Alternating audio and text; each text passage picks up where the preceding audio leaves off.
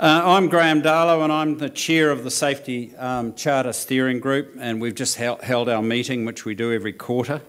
I'm also Chief Executive of Fletcher Construction, and I'm delighted that Fletcher Construction is able to sponsor tonight's event. I'm really pleased with the agenda too. We've got some really good, engaging speakers and lots of information to present.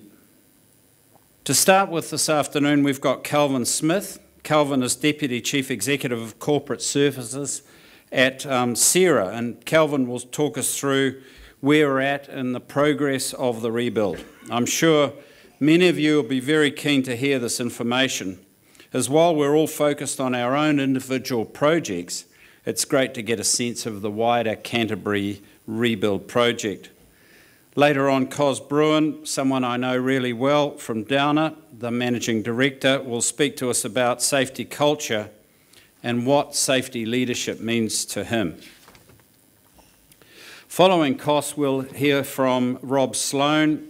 Rob is the chair of the Leadership Working Group, and he'll provide some important research the Charter has commissioned through Worksafe and what will come out of it. And to finish, we'll officially welcome our new signatories, as we normally do. So it's just over 6 months ago that we celebrated our 100th signatory. After today, we'll have 156 signatories and 36 endorsees, taking it to 192. We're nearly at the 200 mark, and this afternoon we've been talking about an initiative that will gather a whole lot more signatories as time progresses. At today's steering group meeting, we also agreed with each of the steering group members who would make a commitment to engage with at least 10 new organisations to sign up, and that'll significantly increase our membership. We'd encourage all of you actually to do the same. There are many subcontractors and small contracting businesses, tradies and others that will really benefit from their participation in the Charter. We're finding through our surveys and feedback that it's the smaller and medium-sized firms that are getting the most benefit of their membership. We'll be continuing to work on our website, and those that have been into the website recently, I think it's just fantastic. I love going in there and I love referring people to it as well.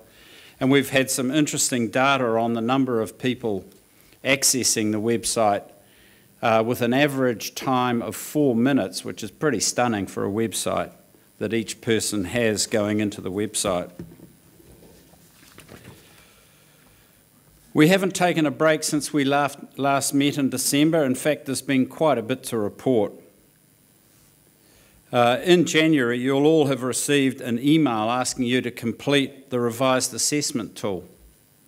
This is based on the self-awareness tool that many of you would have completed last year, and it's been improved and is now much easier to complete with online. There's also a very comprehensive guide to help you through the tool, and some of you are still ready to complete the tool. If you haven't, please do so as soon as possible. The feedback is really important to us, and that's how we plan and improve what we're providing under the Charter. Not only is this information useful to you to measure where you are at in meeting your Charter commitments, it helps us identify where you need more support to meet your Charter commitments.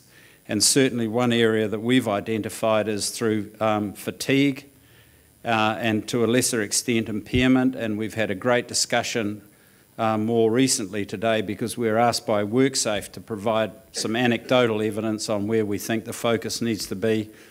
And as these lovely buildings rise out of the city, we can see and through our own experiences that falling from height will become a critical issue over time, and so that's been listened to loud and clear. So each of the, we've also launched the second phase of our critical risks campaign. This now includes posters and toolbox talks in the remaining critical areas of confined spaces, of hot works, electricity, and workplace violence. So thanks to Worksafe for funding this major piece of work, and thanks to Hirepool, who've paid for putting a lot of the posters in the portaloos that are around the city. The campaign will continue through until June. As well, there's been a lot going on behind the scenes in the steering group and working groups. We've been working hard to nail down a program plan for 2015. It looks a pretty busy program to me, and I'm pleased to say the steering group has approved that this afternoon. So for the next few months, we're going to expect to see from us much more on the theme of leadership. Rob Sloan will later be talking to you about this, but one of the key outputs will be the leadership tools to help us improve in this area across levels of our business. And of course, COS will be addressing that as well. The Performance Working Group will be working on a template to improve you identifying the areas of the Charter that you're going to focus on in the next 6 months as part of your Charter assessment work. And from mid-year, the Communications Working Group will be looking to start a campaign for workers around fatigue and drug and alcohol impairment. This will follow on in the critical risks. What we've decided is to bring forward the work on fatigue given the survey information that we've had. As you may have read in last month's newsletter, we're about to recruit for a Charter project office to support a support worker who will provide understanding of the Charter and of health and safety, and we'll look forward to we'll look to keep improving the website with an online sign-up tool, and also the development of a sign-in area where we can share a wider number of documents and information with other signatories. And we'll look to continue to hold workshops which have gone down really well in the city, including safety planning workshop in several months. In last month's newsletter, you may have also read about the steering group's decision to implement a membership funding scheme to the Charter. That will provide us a much more sustainable financial model to keep the Charter going on into the future. Just remember, we get really well supported from Worksafe and by ACC, and that's enabled us to produce all the tools and all the collateral that we've done. All the other participants, the industry participants and others, are giving their time for free, but it's that support of the Secretariat and the collateral that makes it so effective. Much of the work to date has been funded by Worksafe, and while both agencies will continue to fund some of the larger Charter projects into the future, we still need annual contributions from the signatories to be able to continue our program. And so the funding from the participating signatory companies will depend on the size of the organisations, but it'll be $50 a year, I think, for the very small companies, up to about $3,000 a year for the largest ones. I believe industry funding will allow the Charter to continue providing leadership and resources to grow the health and safety capacity and capability.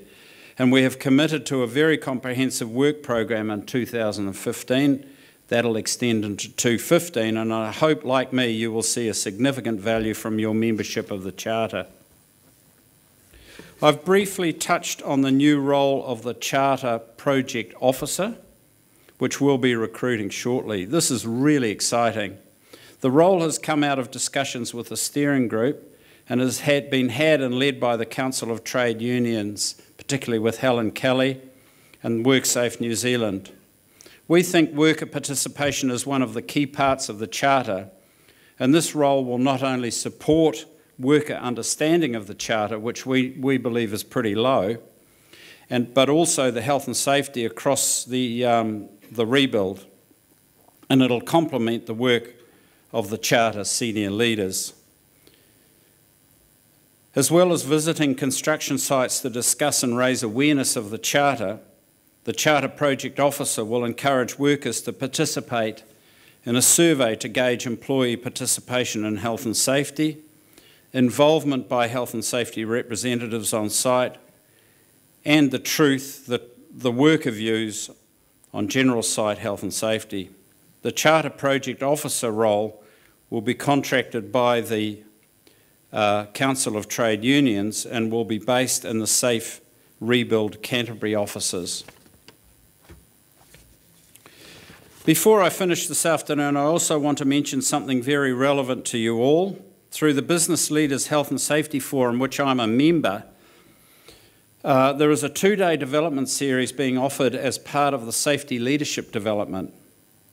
It's practical and it's aimed at CEOs or managing directors and general managers who might be getting ready to move into a CEO role, and will explore 8 powerful practices senior executives can use to improve in their safety in their workplaces. If you'd like more information, we've got Francis Martin. Francis putting a hand up at the back. You'll be in the foyer at the end, Francis, and you've got quite a number of brochures on the training program.